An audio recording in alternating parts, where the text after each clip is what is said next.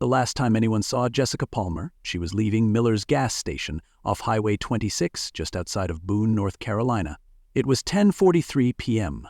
The security cameras captured her pushing open the glass door, stepping into the chilly autumn night and heading toward her silver Honda Civic. She had a bottle of water in one hand and her phone in the other.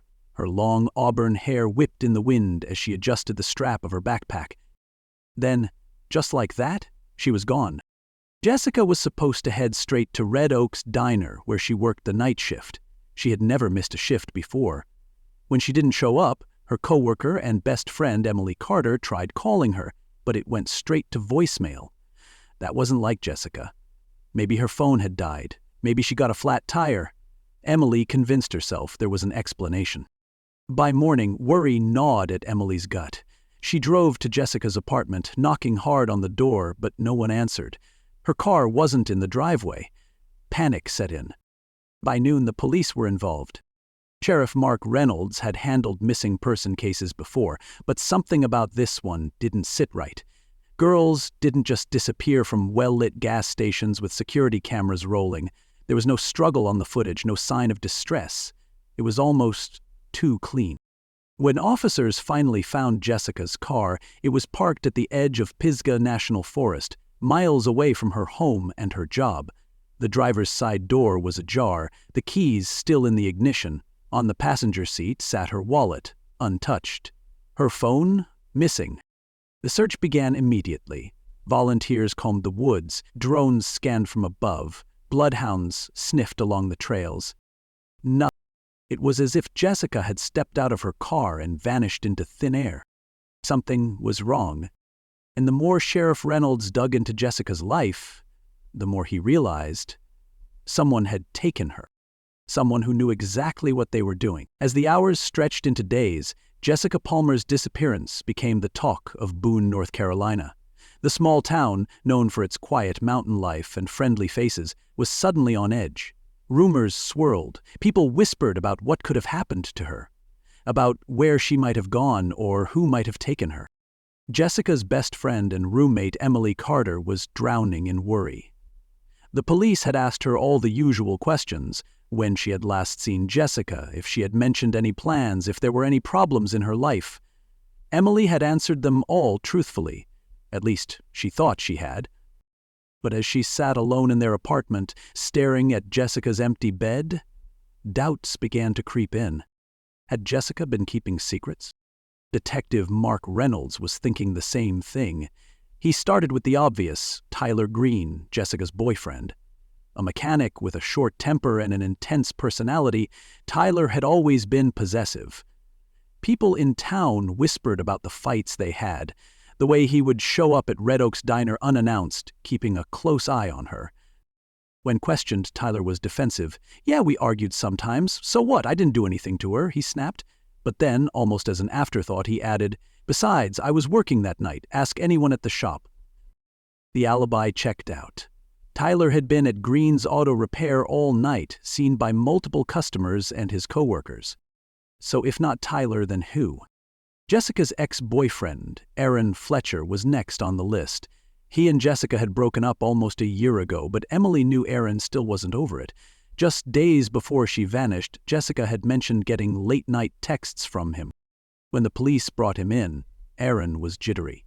"Yeah, I texted her," he admitted, running a nervous hand through his dark hair. "But I didn't see her that night, I swear. I just wanted to talk." Then came the real break. Jessica's phone records showed a call made just an hour before she went missing. A burner phone. Who was she talking to?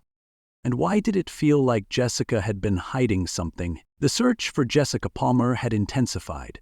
Officers, volunteers, and rescue teams combed through Pisgah National Forest, hoping for any sign of her. Bloodhounds had picked up her scent from the spot where her car was abandoned, leading them deep into the woods. But then it vanished. It was as if she had been erased from existence. Detective Mark Reynolds had seen his fair share of disappearances, but this one gnawed at him. Nothing about Jessica's case followed the usual patterns. Her car was found in a secluded area, but she had no reason to be there. Her phone was missing, yet her wallet was untouched. It didn't make sense. Was she running from someone? Or had she been lured here? Emily Carter couldn't just sit and wait. Ignoring the warnings from police, she retraced Jessica's last known steps herself. She drove out to the forest, parked near the crime scene tape, and started walking. The woods were unnervingly silent, the towering trees casting eerie shadows in the late afternoon light. That's when she saw it. A small rest stop barely visible through the overgrown brush. It had an old vending machine, a rusting metal bench, and a bulletin board filled with faded missing persons flyers. A cruel irony. But it wasn't the flyers that made Emily's heart pound. It was the tiny smear of red near the vending machine. Blood. She swallowed hard, her stomach twisting. "Reynolds needs to see this," she muttered, fumbling for her phone. When forensics arrived, the results were chilling. The blood was a match for Jessica. And it wasn't just a drop. Someone had wiped away a larger stain, trying to clean up the scene. The discovery changed everything. Jessica hadn't just walked away from her car. Something had happened here. Someone had tried to cover it up. The town had hoped for a missing persons case. But now it looked like they had a crime scene, and time was running out. As the investigation stretched into its second week, Boone, North Carolina was drowning in fear. Posters of Jessica Palmer were plastered on every storefront, pinned to every bulletin board, but no one had seen her. Until now. A trucker named Daniel Grayson came forward with a chilling statement. He had been parked near Miller's gas station the night Jessica disappeared. He hadn't thought much of it at the time, but when he saw her face on the news, he remembered something. "There was a guy there," he said, shifting uncomfortably. "Didn't go inside, didn't buy anything, just stood there watching." "Watching who?" Detective Mark Reynolds pressed. "The girl, Jessica." Reynolds' pulse quickened. "Describe him." "Middle-aged. Wore a baseball cap real low. Had this," the trucker gestured to his cheek, "a scar, deep one, ran down his face." Reynolds wasted no time pulling the gas station surveillance footage. There, in the background, half hidden behind a parked truck, was the man Daniel had described. A stranger in the shadows. The footage showed Jessica leaving the store, unaware of the man's eyes following her. The timestamp read 10:43 p.m. 2 minutes later, she was gone. Emily Carter sat in shock when she saw the footage. "Who the hell is that?" she whispered. No one knew. And then, as if the case needed another twist, Emily made a horrifying discovery. Desperate for answers, she went through Jessica's room again, flipping through notebooks, checking drawers, looking for anything out of place. That's when she found it. A plain white envelope wedged beneath Jessica's mattress. Inside was a thick stack of cash, thousands of dollars. Emily's breath caught in her throat. Jessica had known. Detective Mark Reynolds knew they were running out of time. Jessica Palmer had now been missing for over a week, and statistically, the chances of finding her alive were dropping fast. But now they had something concrete. The man with the scar. The problem? Nobody knew who he was. That changed when an anonymous tip came in. A woman from Asheville, about 2 hours away, called in after seeing Jessica's missing person report. Her voice trembled as she spoke. "I think I know that man," she said. "The one with the scar." Reynolds gripped the phone. "Who is he?" "His name is Victor Langley. He used to go by other names, though. He drifts from town to town, picking up odd jobs. But listen, if he has that girl, you need to find her now." The urgency in her voice made Reynolds' stomach twist. "Why? What do you know?" There was a long pause. Then, barely above a whisper, she said, "He did this before." Reynolds' blood ran cold. A quick background check confirmed it. Victor Langley, 47 years old, had a history of arrests but never any convictions. Assault charges that got dropped. Trespassing, suspicion of stalking. Nothing that stuck. And then Reynolds found something terrifying. Lillian Hart, a woman who had disappeared 4 years ago in Asheville. Last seen at a gas station, her car found abandoned near the woods. No body was ever found. No leads. The similarities were too close to ignore. Emily Carter felt her hands shake as she read the case file. You think he... She swallowed. You think he killed her? Reynolds didn't answer right away. I think if we don't move fast, Jessica might end up the same way. Then came the real break. A hiker reported seeing a cabin deep in Pisgah National Forest, a place that wasn't on any maps. He had been passing through when he saw lights on, even though the cabin looked abandoned. Reynolds' gut told him this was it. Get a team together, he ordered. We're going in.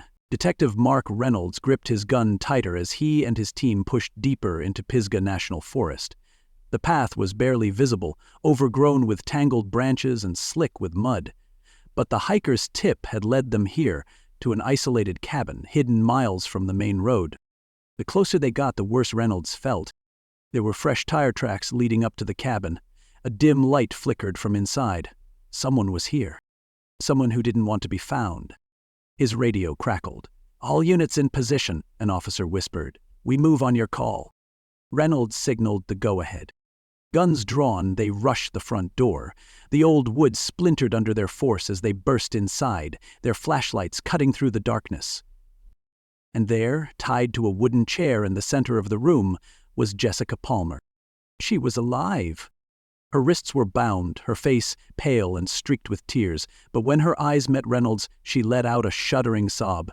He's coming back, she whispered. Please, hurry.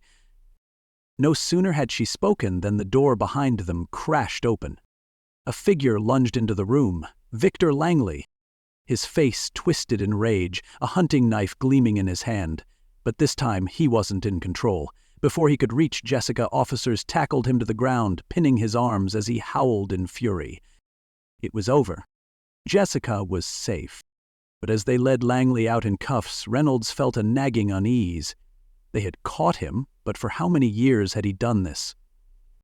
And how many other girls had never been found? Epilogue. Some shadows never fade. Jessica tried to return to normal, but normal no longer existed. She still woke up in the night, heart pounding, convinced she could hear footsteps outside her window. Langley was behind bars, but some shadows never fade. A note. Scrawled in shaky, unfamiliar handwriting were 5 words. You were lucky this time. The blood drained from Emily's face. Because the handwriting? It wasn't Langley's.